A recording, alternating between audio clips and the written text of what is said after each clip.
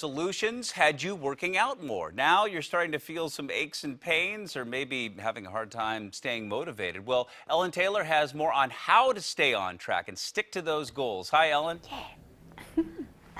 You know, one of those ways to stay on track is to get yourself some weights that match your outfit. If you noticed, though, a couple minutes ago, I was using some orange weights. Those were 10 pounds. Those were too heavy. They were cute, but they were a little too heavy. So enough about me. How can you stay on track? You know, we're into February, and, you know, you really wanted to stick to those New Year's resolutions, and now things are getting a little rough.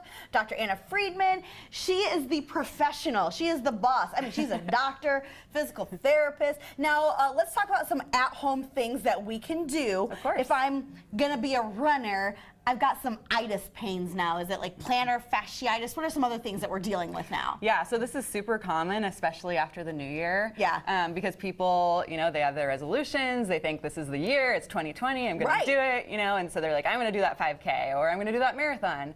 Right. You know, and it's super common to start maybe biting off a little bit more than you can chew at first, and you know, you might develop some Achilles pain, some heel pain.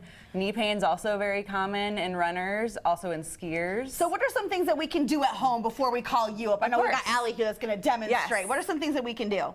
So Allie's going to show us a calf stretch, which is a great thing to do. Yeah, it's good to do against the wall so you can really lean into it. As you can see, her back leg is straight. Her heel is on the ground. Excellent form. Right. And you want to hold it for about 30 seconds or so. And this is good for runners. You said even skiers too, right? Maybe people are going out for President's Day weekend. They're going to go out and ski, and they're in the car for too long, and then they don't get out and stretch before they hit the slopes, right? Right. So it's really important, just like anything you think about before running, you want to warm up. Same thing before skiing. Okay. So you want to do a calf stretch. That's an important one. Another one is a hip flexor stretch. So Allie's going to demonstrate here on this mat. And then at what point, as she demonstrates this hip flexor, at what point do I need to tell myself, okay, these at-home things aren't working, I need to seek some professional help?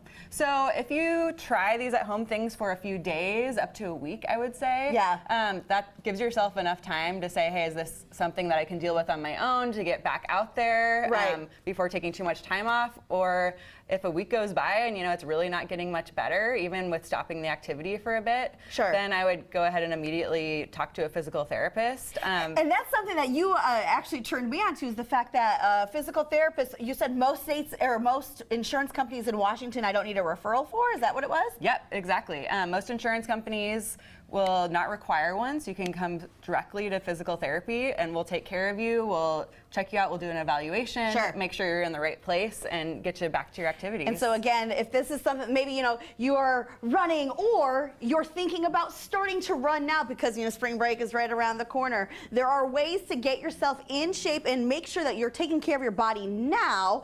If after a week or so, according to Dr. Anna, if you're still not feeling right, might want to call up the professional. But what we're going to do all morning long is show you ways that you can take care of yourself at home before calling the professionals while still achieving those goals, those resolutions, or maybe just jumping on the Get Fit bandwagon, which is, I think I'm going to do it now. I'm starting today, February 3rd.